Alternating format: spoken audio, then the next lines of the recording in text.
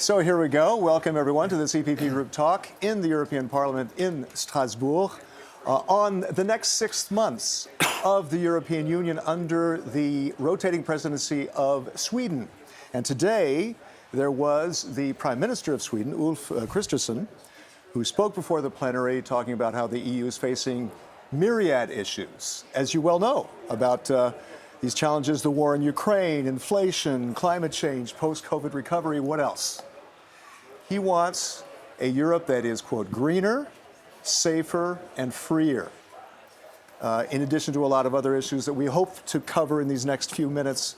Among my guests, Tomas Tobé, who is head of the EPP Swedish delegation. Welcome. Thank you. You're also chairman of the Development Committee and the Committee on Civil, and you're a member of the Committee on Civil Liberties, Justice and Home Affairs, LIBE, the Committee on Industry, Research and Energy, ITRE.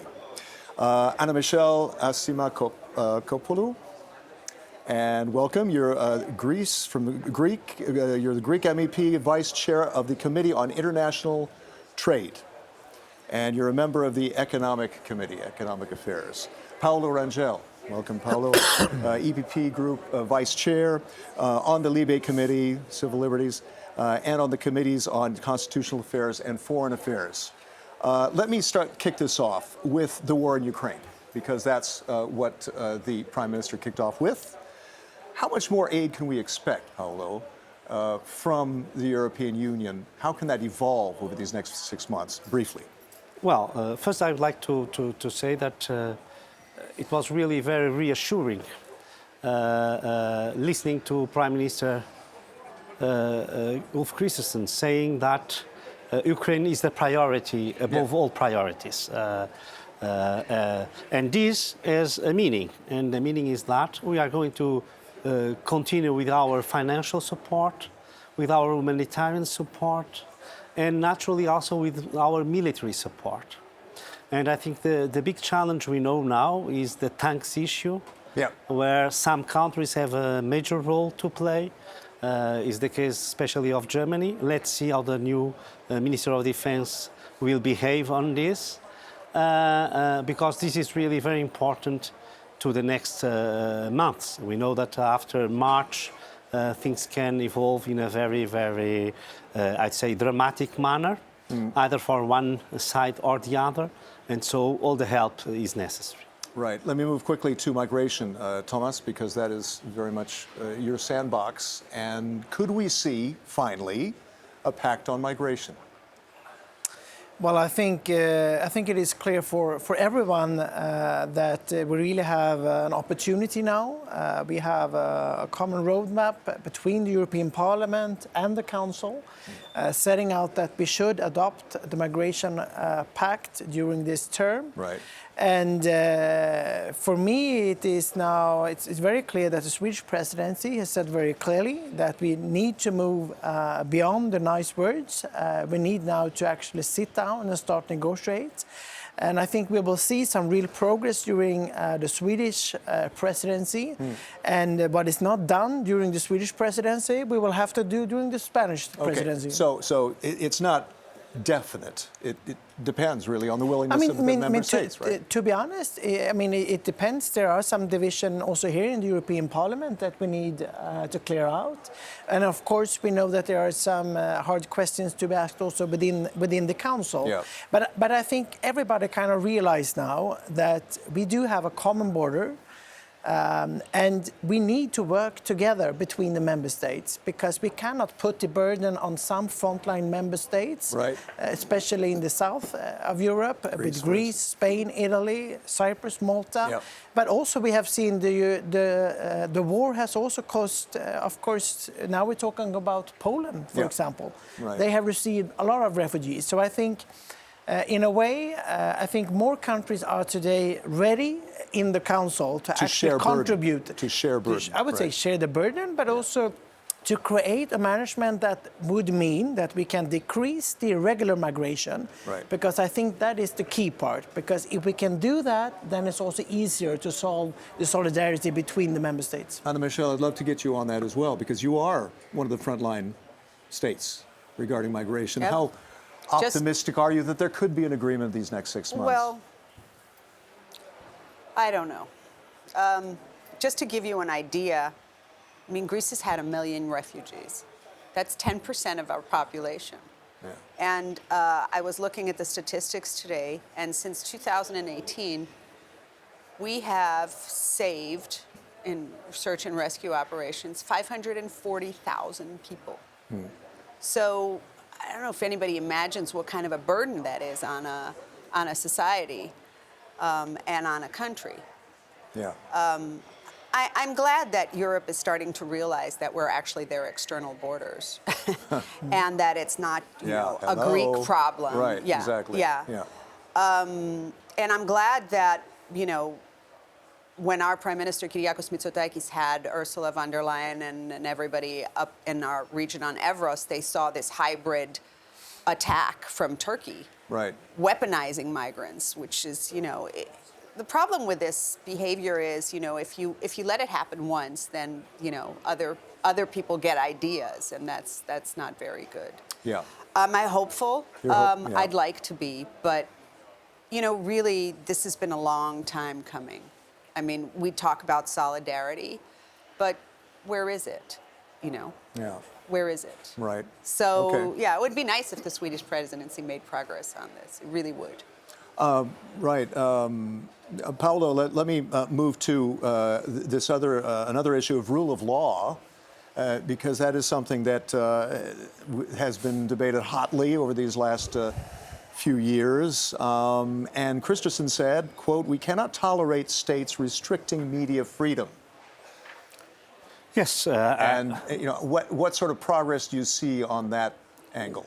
Well, I have to say that it is clear that we cannot allow this, I'd say, crisis of some democratic regimes across Europe. And we are seeing that clearly in a systemic way in the case of Hungary Yes. and Poland. Right. But I think that to make this credible, probably we would need a kind of assessment or evaluation that could work for the 27 member states in different chapters. Media freedom is one of them. Independence of judicial power Judiciary, is yeah. another one, Yeah. and so on. And here, for instance, we have now, in the case of judicial power, I'd say a struggling problem in Spain. And so we should also address these files in different countries in order to make credible the situation in those countries where there is really a kind of more global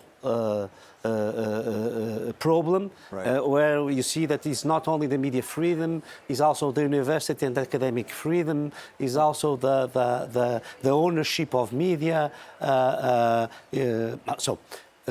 We should have equal rules for everybody. Yeah. And when there is one pillar of separation of powers, of rule of law, Yeah. that is at stake, we should have a system where we can prevent. Because what happened with Hungary is that there was a lot of, we were condescendent with Hungary. We were expecting a step that never came, and now the situation is very, very difficult to solve. So that's why I think that we should reinforce a mechanism that could be applicable to all member states, and naturally the ones that are in a red alert situation should also. But here the Council Right. has a word, because it is the Council that never applied the Article 7, not even the first part. That would be already a step. And so I think that here we should expect also from Swedish presidency some courage that others before, for instance the Portuguese presidency, Right. were not capable of. These are terribly tricky issues to deal with all at the same time, and to try to have some kind of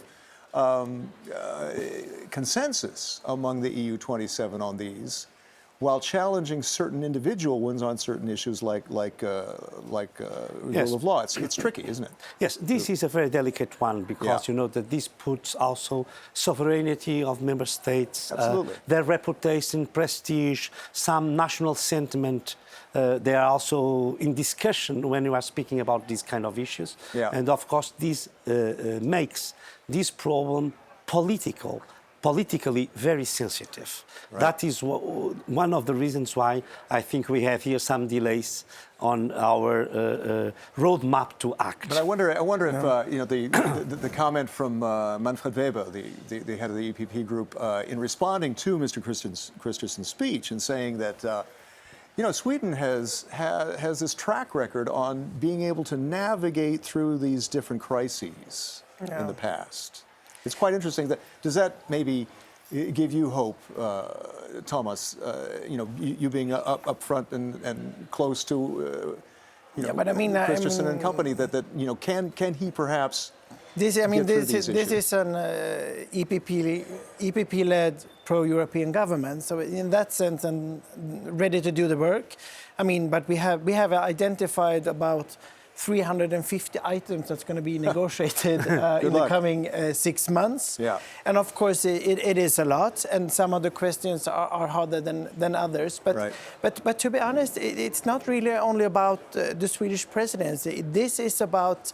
If we look at this term, I mean, we started out with the pandemic that basically slowed down the political work at European level and in member states. Then, of course, we have this awful war that will keep on taking a lot of our attention. But I would say now that we have kind of come to a situation where everybody understands that we also need to deliver on all the other political issues. And that's why I think actually there is an opportunity now, the coming 6 months, that you will actually see some progress on many different issues. Of course, not everything will be perfect, but I do think that things will move ahead. And I remember when we had the Czech presidency, there were very, very low expectations, but I would say my general feeling is that they over-delivered. Indeed. So, I mean, there is an opportunity, to be honest, also for small countries to sometimes deliver in a way that's perhaps not is always expected. Okay, let me move back to Anna Michelle about trade, because that being very much your sandbox. Here I'm optimistic. And, Good. Let's hear some optimism on that. The thing is, right now there's pretty much a head-to-head with the U.S. About these subsidizing its green transition. That's not so great. And maybe sucking away some business and jobs in that direction. So how do we settle this with between the two biggest trading partners in the world, right? Amongst each other. Yeah, well, let's start by getting our own house in order and start doing some trade deals. I mean, we've got, you know, Chile and New Zealand agreed, Australia's okay, and, you know, let's revive Mercosur, maybe. You know, let's talk about Indonesia, let's talk about India, let's do trade deals. I said I was optimistic because I think it's sort of in the Swedish political DNA to, you know, promote free trade. Yeah, in fact, that was interesting that Kristersson wasn't talking about whacking back at the Americans on that subsidy. Let's just make ourselves more competitive through trade. Exactly. So that's the only solution, really. I mean, I think that the limited amount of negotiations that have happened between the U.S. and Europe at the moment about the Inflation Reduction Act show that that's it. It's not changing. I mean, little tweaking here and there is not going to make a big difference. This is the age we're in now. You know, trade is being weaponized. Trade is countries have protectionist tendencies because they've been through all these crises where, you know, people are worried about whether they're going to have the basics. And the end effect of that, protectionism, is destructive. Right? Protectionism is destructive, but protection is not a bad idea, you know, and neither is what we're calling now strategic autonomy. You know, people are like, oh, strategic autonomy, you know, it's not the same thing as protectionism. No, it's securing raw materials, for instance. Securing raw materials, but either way, you have to work with like-minded partners. I mean, you have to open yourself up. The question is, can you open yourself up and can you work with like-minded partners so that you have secure sources of what you need and also a diversified choice of where you get that stuff from and reliable partners. And that way you don't get to be blackmailed. So, you know, Europe is fortifying its own protection toolbox with the procurement instrument, with the foreign subsidies instrument. But I mean, and now I'm hoping that during the Swedish presidency, we can finish with the anti-coercion instrument. I mean, look at what China did to Lithuania. You know, it's blocking 80% of its exports because it's upset with Lithuania. That's using for like trade cozying blackmail up to with the coerce. Taiwanese, It's using a trade tool. I mean, so we need, as Europe, to be able to fight back, to say, you know, we're not going to put up with coercion or blackmail. But that means that we have to have choices. Yeah. You know, we saw this in the energy crisis. You know, we were too dependent on Russian gas. Now, you know, we can't be so dependent. So it's the same thing. Trade deals are a good thing, and I hope that it's time to get some across the line. It would be nice in this mandate to do that. Okay, greener, safer, freer. The first word was greener. What about this green transition as we're struggling with inflation and high energy prices and so forth? What solutions do you see, Tomas, in that the Swedes will push ahead with? And this is about creating jobs at the same time. Right? Of course it is. As Manfred Weber said, jobs.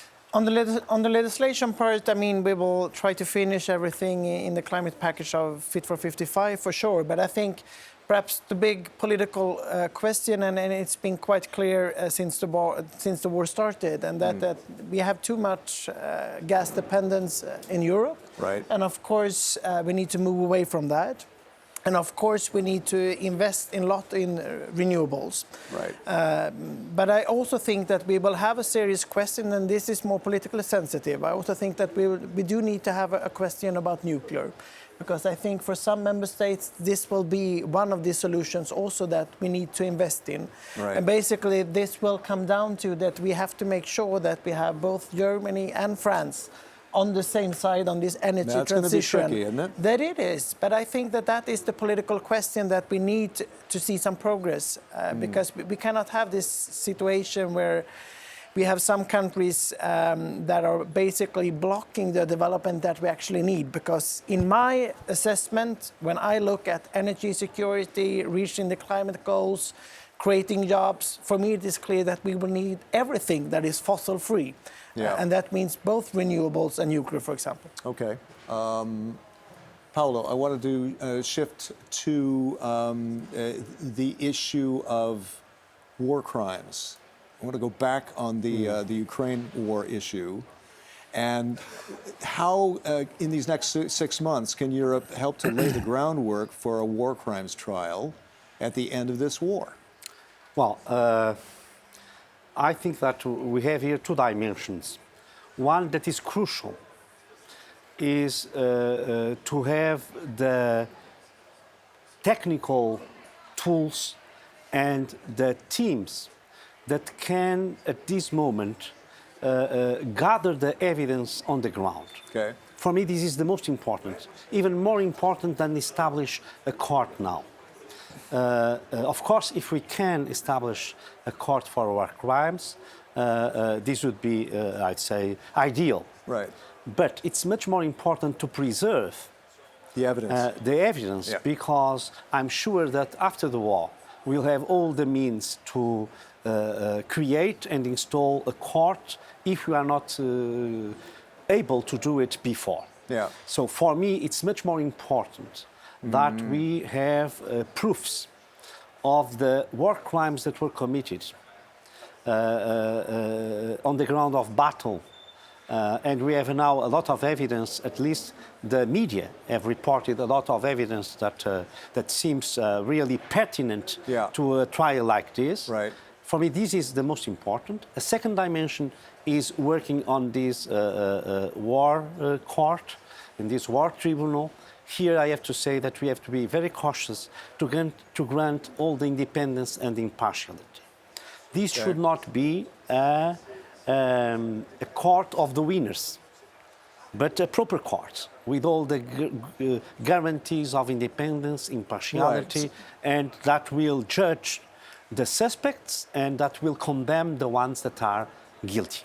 Okay. And if they are not, that they can be naturally not condemned. Yeah, and what about getting Russian assets to help pay for the reconstruction of Ukraine? Here, I'm a bit more cautious, Yeah. probably not so enthusiastic as some members of the EPP, because I think that we have experience of post-war environment.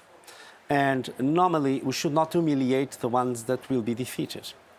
We should give them some conditions in order to reconstruct themselves and to recover and also naturally to change their regime and their rules, of course.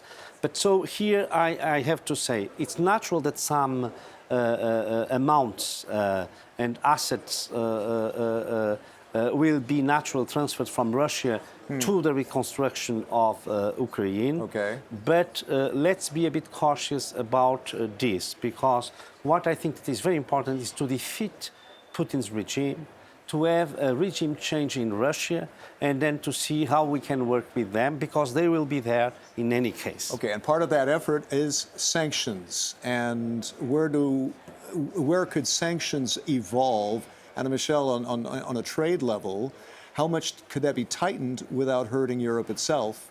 I'm thinking about Greek shipping, for instance. Well, yes, okay. Look, there's a price to pay for freedom, and you know when you impose sanctions, there's damage done to yourself as well. But what's the alternative? Not to impose sanctions? I mean, Right. it's a war. You know, wars have casualties, and so financial casualties are part of this. Okay, but how should they be tightened at this point? Because we've done a lot so far. How much further should it go? As far as we can. I mean, as far as necessary. You can't back off. I mean, that's Right. the worst thing you can do is, you know, go halfway and then start turning back. Yeah. Okay.